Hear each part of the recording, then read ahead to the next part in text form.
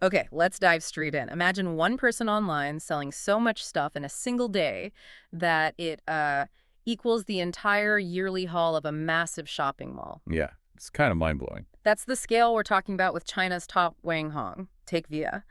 In just 24 hours during the 2019 Singles Day, she moved something like 2.7 billion yuan worth of goods. Which is, what, about 420 billion yen? Exactly. And to give you some context, that's basically the same annual sales as a giant mall like Aeon Lake Town's Mori Mall here in Japan, which, pulls in maybe 48 billion yen a year. One person, one day versus a whole year for a huge mall. Yeah. The sheer concentrated power of that right there in the digital marketplace, that's really our starting point today. And what's fascinating is how this specific type of internet celebrity has emerged. Yeah. When we talk about Wanghong, literally internet popularity, it's important, to be clear. We're not just talking about famous actors who happen to be online. Right. Or like business leaders with a big Twitter following. Exactly. We mean influencers who primarily make their money from sales commissions. They live stream, they recommend products, and they get a cut. It's a very specific business model. Absolutely. It's completely different from, say, Japanese YouTubers, right? Right. Their main income is usually advertising, kind of like old school TV. Mm-hmm. Wanghong, though, they feel much closer to home shopping hosts, but just operating on this unbelievable scale. Like a supercharged QVC, but with a much more personal, trusted connection. Precisely. And that connects to this whole bigger picture, this huge economic engine, the Wanghong economy. So for this deep dive, that's our mission, really, to get under the hood and understand the mechanisms, behind this incredible sales power. Okay. We've looked at a bunch of articles digging into this, and we're going to pull out the key stuff for you. All right, so let's get down to it. What exactly defines a Wanghong, and how does this business model actually work? We've got the crazy headlines, but let's unpack the basics. Okay, so at its core, Wanghong means internet popularity, but in this context, yeah, it's influencers making money from commissions on stuff they sell live. And the key platform, really, is Taobao Live. Which is part of Alibaba's Taobao marketplace right now. Exactly. It's integrated right in. That's kind of the main stage where a lot of this happens. And that's where they generate these massive sales figures. I remember reading the commission rates are pretty decent. Yeah, they are.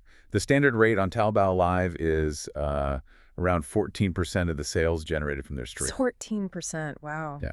And just to bring it back to those big numbers from Singles Day 2019, Via hitting that 2.7 billion yuan, and Li Jiaqi, another top name, doing what, 1 billion yuan? A billion. All in just hours, all on Taobao Live. There's this direct, measurable link between their recommendation and the sale. Those numbers are just wow. It really makes you ask, where does this level of influence actually come from? I mean, these aren't movie stars with massive marketing teams behind them. That's the million-dollar question, isn't it? Yeah. And the research really points strongly towards trust and authenticity. That seems to be the foundation. Right. Unlike, a traditional celebrity endorsement where maybe it feels a bit forced or purely transactional. Yeah, like they've probably never even used the product. Exactly. Wanghong often build their influence by being seen as like genuine product experts, people who actually use and believe in the stuff they're recommending. It's almost like getting advice from their one friend who's really into, say, skincare, and they just passionately tell you why this one serum is amazing. And that's a great analogy.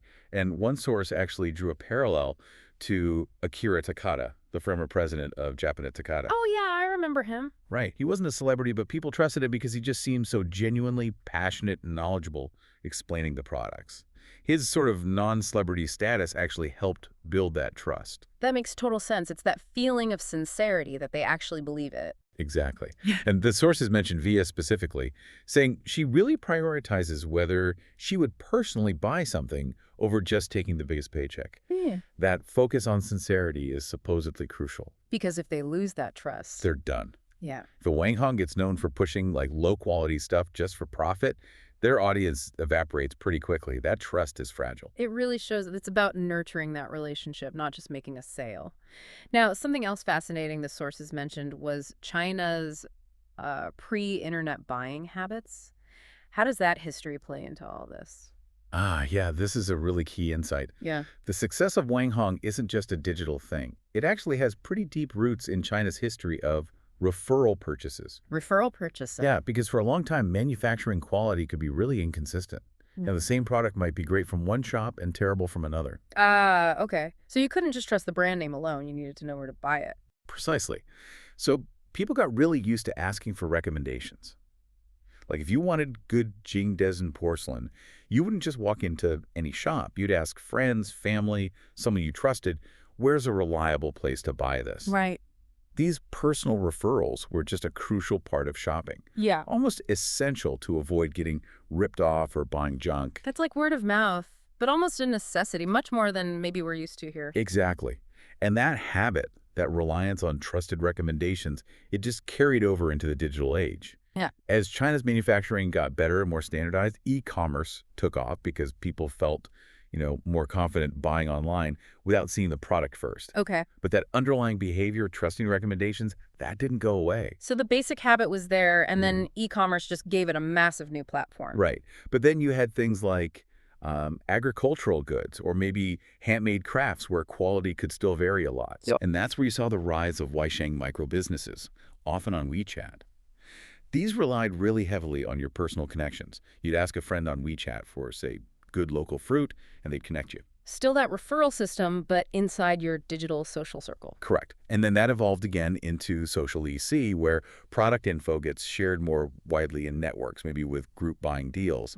And this is where you started seeing smaller influencers, the KOLs, key opinion leaders. Like niche experts. Exactly.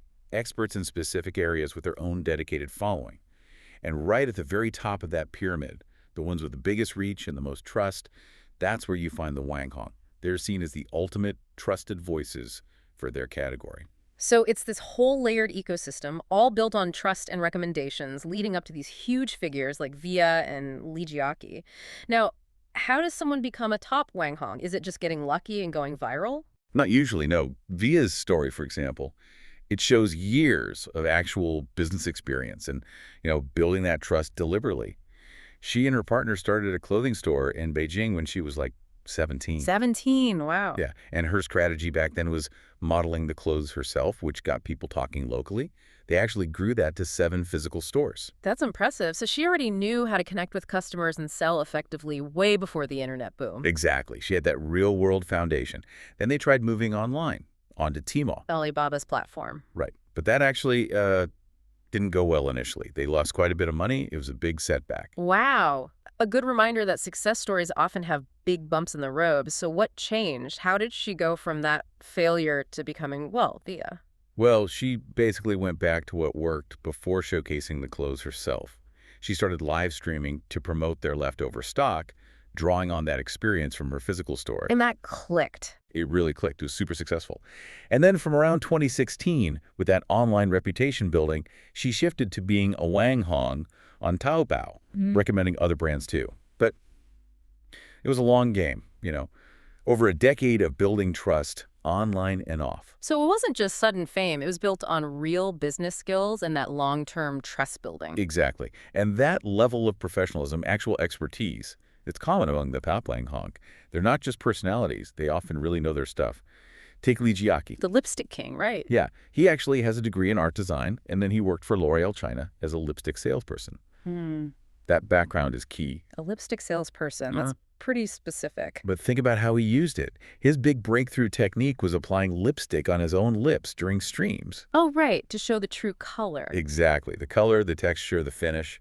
It was this hands-on expert demonstration that got him noticed and built his career focusing on cosmetics. It shows many of these top people are basically industry pros using a new platform. So it's that mix. Real demonstrable expertise plus that engaging, trustworthy online style.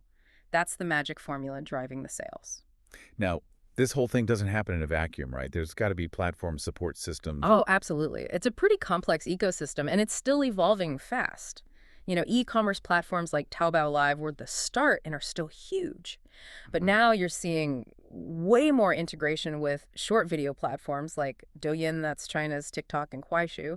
They're making it easier to buy stuff directly from videos. So you could be watching a quick video, see something you like, and just click to buy it right there. Pretty much, yeah. And the money side involves the Wanghong, the platform they're on, and the e-commerce site handling the sale. There's usually a total commission, maybe around 20%, and then it gets split up differently depending on the deals. Okay. Though, interestingly, the sources say live streaming still brings in more money for the Wanghong themselves compared to the short videos, at least for now. That makes sense, I guess. Live streams are more interactive, longer, you can really demonstrate things. And what about these MCNs multi-channel networks? What do they do? NCNs are basically agencies. Yeah. They find Wanghong talent, they train them, manage them, help produce their content. Kind of like a talent agency and production house rolled into one, but for the digital world. Okay. They handle branding deals, logistics, all that stuff. And in return, they take a cut of the Wanghong's income. Right. The splits vary a lot. Top stars might keep 90%, so 9.1 split, but maybe 50.50 or even the MCN taking more is common for newer people. So they're like the essential background support, helping these individuals scale up and handle the business side. Exactly. And what's really interesting now is you see successful Wanghong starting their own MCNs. They're really like becoming the boss. Yeah, becoming content founders. They use their own success and knowledge to build a bigger business, find new talent, maybe branch out. It's a step beyond just being an influencer. That's fascinating. From individual star to like media mogul. And it seems some are using their influence for more than just selling lipstick or clothes. That's definitely true. Via, for example, she's done a lot of these public welfare streams, promoting products from poorer areas or places hit by disasters. Using her platform for social good, basically. Right, boosting local economies. It's raised her profile nationally. She's even been in TV comedies. Lijiaki, he's done variety shows too, but seems more focused on staying the makeup expert online. So they're becoming more mainstream, but often sticking to their roots. And this idea you mentioned, younger people wanting to be content founders, that really points to a strong entrepreneurial drive here. Absolutely. The sources suggest it's a real aspiration for many young people in China now, not just fame, but building a digital business. Now, there seem to be tons of Wanghong. Is it just a few big names dominating, or is there space for others? Well, there are probably over 100 really successful ones making significant money. But even the very top players, like Via and Lijiaki, tend to specialize. Via in young women's fashion, Lijiaki in cosmetics, especially lipstick. Okay. But yeah, there's definitely growth in other areas. Wanghong focused on baby products are getting big, food and drinks, everyday household stuff, Yeah. even things like home appliances, but targeted specifically at men. So the market's diversifying quite a bit. Definitely. The 6 main categories right now seem to be women's clothing, cosmetics, food, beverage, daily necessities, baby products, and home appliances. It covers a lot of ground. And it's even bleeding into traditional retail, right? You mentioned a department store getting involved. Yeah, In Time Department Store in Hangzhou. They launched their own app for this new retail idea, blending online and offline. And they created this team called Taogiji, basically Taobao shopping guides. And these are their actual employees. Yeah, sales staff who make short videos promoting products in the store. You watch the video in the app, you can buy it right there. So the shop assistants become mini influencers for the store itself. That's clever. It seems to be working. Apparently, it helps their physical store sales, too, because customers recognize the staff from the videos and feel more comfortable asking them for advice in person. Wow. And other chains are starting to do similar things. So you end up with this, like, tiered system. The Mega Wanghong at the top, niche mid-tier ones, and now these store-based micro-influencers. It really shows how deeply this model is embedding itself. So, wrapping this up, what's the absolute core reason the Wanghong economy is so huge, so successful in China? Ultimately, it really does seem to come back to that long-standing cultural habit of relying on recommendations. Yeah. That trust in referral buying. Right. Modern tech, digital platforms, they've just amplified that pre-existing behavior on an incredible scale. It's strengthened that connection between businesses and consumers, built on that foundation of perceived trust and expertise.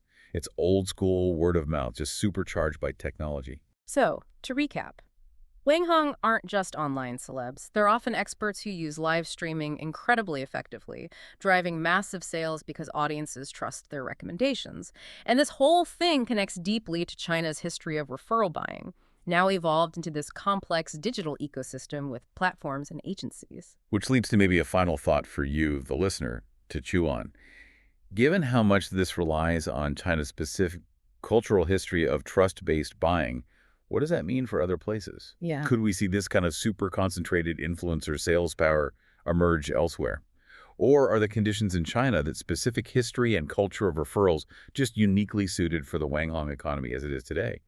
What are the limits and the potential in different cultures with different consumer habits? That's a really interesting question to ponder.